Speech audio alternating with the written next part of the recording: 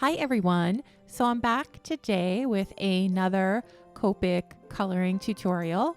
In this video, we're going to make a Christmas card or a holiday card using the big and bold pine cone stamp by Colorado Craft Company. And this is what the stamp looks like. It's really large. It's 6 by 6, I believe.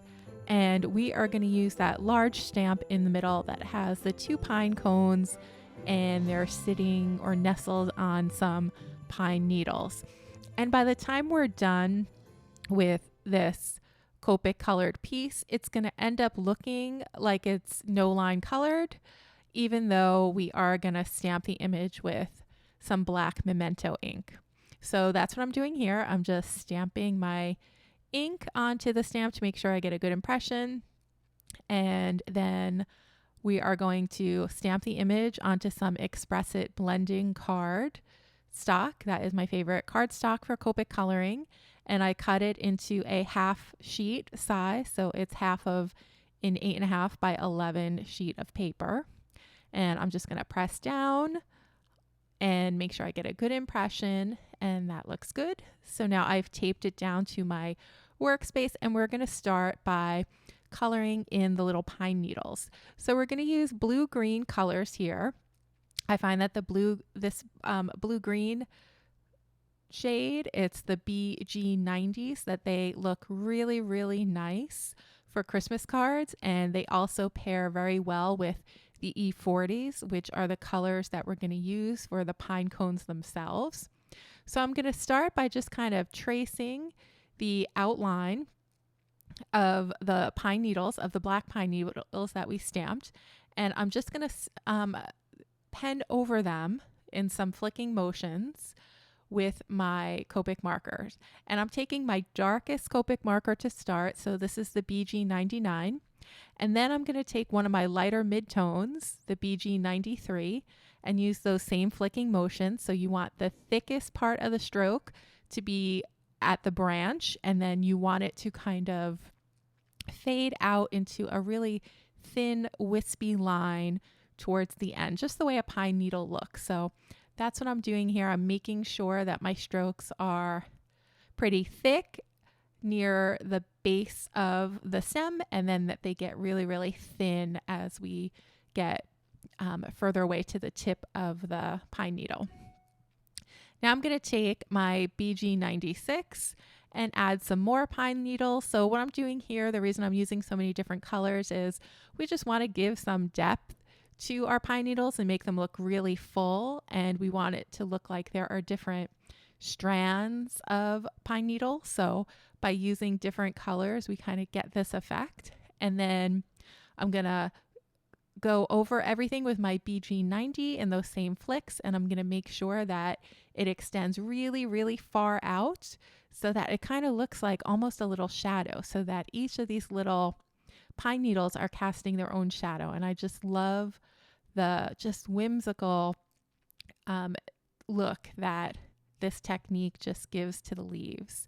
Okay, now we're going to start coloring in our pine cones.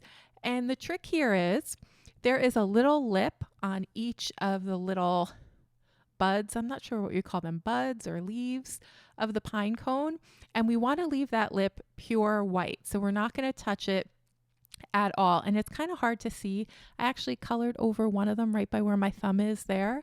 But if you do accidentally cover over any of your lips or color over any of your lips, it's okay. We can just go over it with a white gel pen later, which is what I'm going to do with that little guy.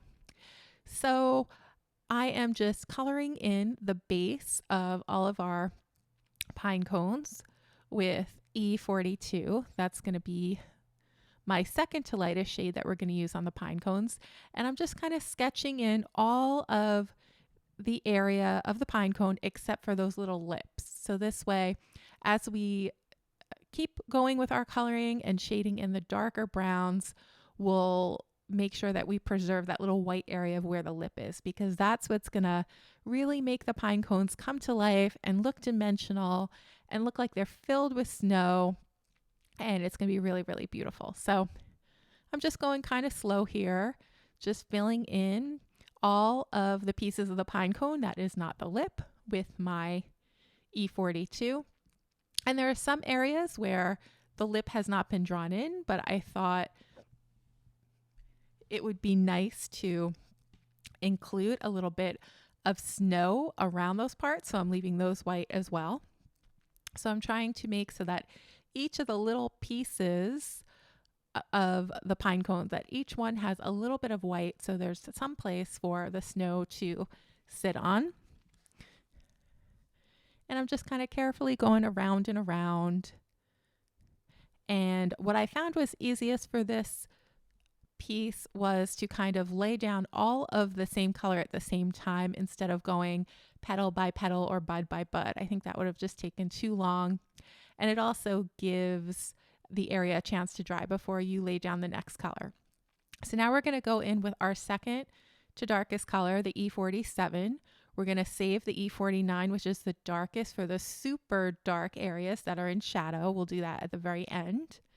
And now I am just trying to define the edges of each of those little pieces of the pine cone with my E47.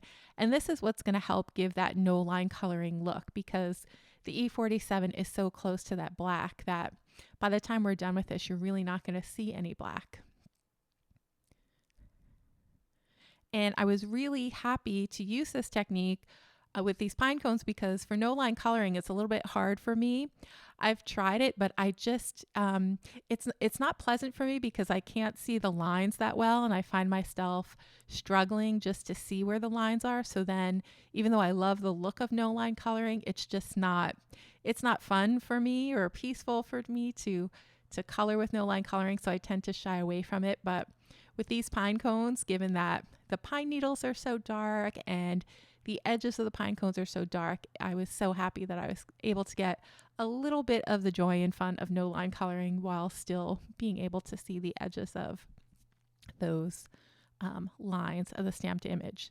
So this is a really peaceful project to do. It's great if you have a podcast playing in the background or some music that you like, maybe some Christmas music, and just relax. And it's really easy coloring. I mean, basically the first layer of brown, you're just coloring in all the areas that aren't white with one shade. And then you're going to outline each of those areas with this E47, like I'm doing here. It's really, really, really pretty simple and easy to execute. It just takes a little bit of time, but there's not a lot of judgment involved here. We're really just following the sketch of the stamp lines, so that we know where to put our lightest colors and our darkest colors. And I'm going to explain all that as we go along. But for now, we're just going to keep outlining each of those little pieces of the pine cone with our E47.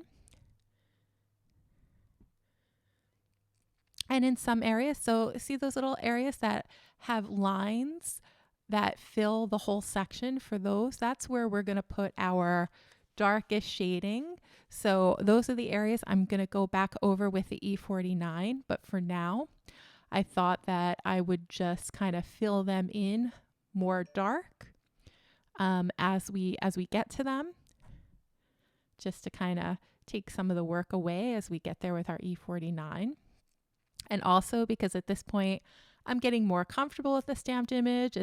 The logic of it is starting to make more sense to me. So I'm starting to understand where the illustrator was going with the different stamp lines that they included. So I feel more confident in laying down that dark color sooner. And we're just about done with this phase. And now I'm doing the center of the pine cone. So this is an area you want to be a little bit careful around. You do want to leave a little bit of white in the center, just because it's going to help make the pine cones look really, really pretty and dimensional later on. Now we're going to start laying down our E44 midtone. And the trick for this is all I'm doing is just tracing around the edges of where I laid that E47. So it's really, really thin lines of color. And I'm making sure my objective with each of the little pieces of pine cone is to leave a light center in each of them, and it's starting to look like it's almost like a little strip of lightness in the center.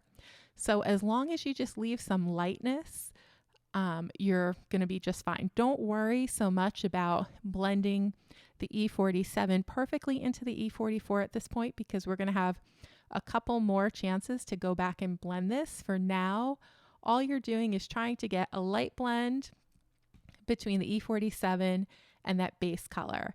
And just be sure to leave a little bit of lightness in the center as you go along. So it's really, really thin lines of color. And that's kind of the trick with Copic coloring. A lot of times it's many layers of color of different markers, but very, very thin lines of color. And that's what helps you to get the dimension. So now we're going to add our last color to the center, or second to last color. We're going to add a layer of E43, and this I'm putting right over the center just to help blend that E44 and the E47 into that E42 base. That was a little bit of a tongue twister, but that's kind of the purpose of this E43 right now. And I'm still trying to make sure that our center is a little bit light. So some of the little pieces of pine cone I may color completely in with the E43. Some I may continue to leave a sliver if there's room. And then just to reinforce that lightness in the center, I'm going to go back over each of the buds, the center of the buds, with this E41.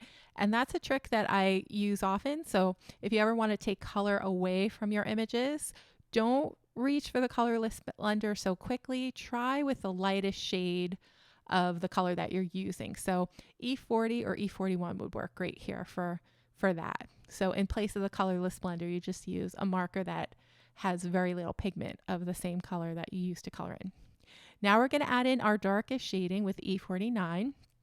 And I'm following the stamped lines here. So there are some little like dots and lines, and that's where I'm trying to lay down this E49. And as I do that, you can see the little pine cone just come to life. Like it's really adding those shadows of where the little buds of the pine cone, the petals of the pine cone. I'm sorry, I don't know what each of those little things are called.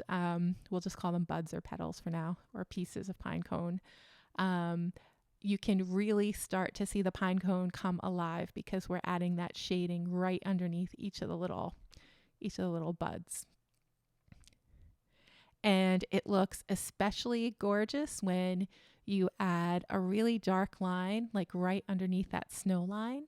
So having the juxtaposition of really dark against really light will make the image pop.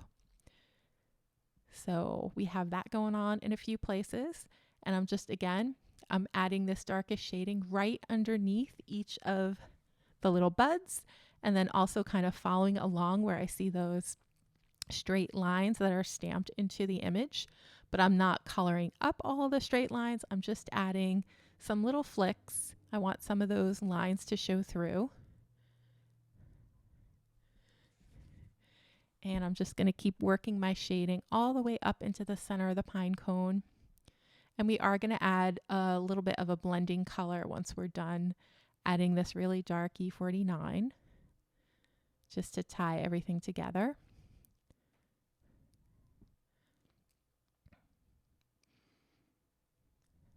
Now I'm just working on the tip of the pine cone. It's probably my favorite part. I love all those little pieces up top. And now I'm just blending everything out with an E44. So if I used E47, that would be a little too dark, and that might make me lose some of that highlight I have in the center of each of the buds. So I'm kind of using an in-between shade here with the E44. And as you see, it's starting to blend really, really nicely. And I just love how that snow is popping. I'm just going to keep working my way around each of the petals. And every now and then I see that there's a little shadow area that I didn't quite fill in. So I'll just pick up my E49 and fill those in as I go. And then there I just had a little bit of brown ink, so I just pulled that off with my colorless blender. I'm just adding in my final blending shades here. I might add a few more little pops of contrast. And ultimately, this image, we are going to cover it with a lot of snow and a lot of sparkles at the end. So if you have any areas that, you're not so happy about, it's okay. If you get like a little smudge of color, or if your marker drips, it's okay. We're going to color or cover this whole little picture with some sparkles and white paint at the end, just to make it look like a real magical snowy scene. That will cover any imperfections. Okay, now we're going to add a little bit of a background behind our pine cones, and I'm taking BG000 and I'm applying it in like little round circles, like little rounded scribbles. I really like applying the ink this way if I don't intend to apply a lot of layers, which we really don't need to do here. We just want to give a little hint of color. I find it makes it just look kind of whimsical and magical, and like puffy little clouds behind them, or I don't know, like some kind of magical poof. So I just add my color this way. And I'm going right over parts of the branches of the little pine needle twigs as well, but being careful not to activate the ink underneath it too much, because I want to keep the definition of the pine needles. But I also want to make sure that there is some blue-green shading there. So in some areas, I might even, you'll see me dot the pen just a little bit where I don't want to smear off the ink. For the bottom of our background, I'm using BG10 and I'm applying it with those little scribbles. So we have BG10 on the bottom and some BG000 on the top. And I just did this just for some interest, just because we would think that there'd be some shadows underneath the pine cones and underneath the needles. And the BG10 is just a little bit of a shade darker than the BG000. And I'm just building out all the color with an even lighter blue-green. This is BG0000. And we're going to end up cutting down this image significantly, so we're not even going to use all this coloring, but I just wanted to make sure we at least filled up our little frame. And this is a stitched rectangle die by MFT Stamps. It's one of my favorite borders to use. It is just shy of an A2 size card. Now we're going to take some white gouache and we're going to add spatters. But before we do that, I just saw that there were a few little areas on the pine cone that needed some snow. So we're just going to add that on with a white gel pen. So the areas that maybe I missed, or maybe I just thought that, you know what, we just need a little bit more snow, I'm just adding it with the white gel pen. If there are some of those little white areas that I left blank that some of the brown bled into, I'll just go over that with my white gel pen as well. So white gel pens are really magic in coloring. They can help hide lots of imperfections. They can add highlights. They can add interest, just lots of different ways to use them. And this is a really fresh new gel pen, so the ink comes out really, really thick and dark. So I need to be careful of that. But for this image, actually, thick lines of white is what I needed for our pine cone, so it worked perfectly. Now I'm going to spray some water on my white gouache and take a small paintbrush and start flicking some white paint all over the background. You could use acrylic paint here, or you could use a Copic opaque white. I like the white gouache just because it's water-based and it cleans up really, really easily. So if I splash it around, I can just wipe it up with a wet towel and it cleans up very nicely, including on my hands. So that's why I am using this white pen. Also, it's easier to clean your brushes with the water-based paint. Now I'm going to take some Liquid Stardust by Lawn Fawn. This is one of my favorite products of theirs from their holiday release. I use it for a lot of my Christmas cards, and I'm just going to pick up that Liquid Stardust. It's just pure sparkle and shine if you don't dilute it with water. And I didn't dilute it with water here. And I'm just going to splash it all over our pine cones just to help make it look like it's snowy and magical and just all sparkly. And, you know, you could leave this part off if you like the way the colored images look on their own. You don't have to add the spatter part, or you could add some snow in with your white gel pen as well if you want to have more control over the process and maybe have less paint added to the card. Now I'm just drying everything because I want to get this card finished, and I'm gonna put some foam tape on my card base. This is some Nina Desert Storm cardstock, and I'm applying the adhesive to the card base instead of to the card panel just because it's still a little wet and I didn't want to put those pine cones face down on my mat and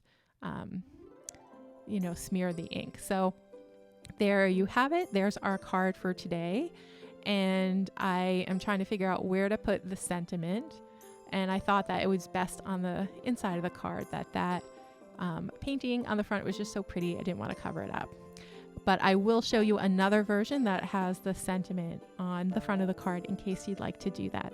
All right, everyone, have a great day. Thanks so much for joining me for today's video, and I will see you again soon in the next video.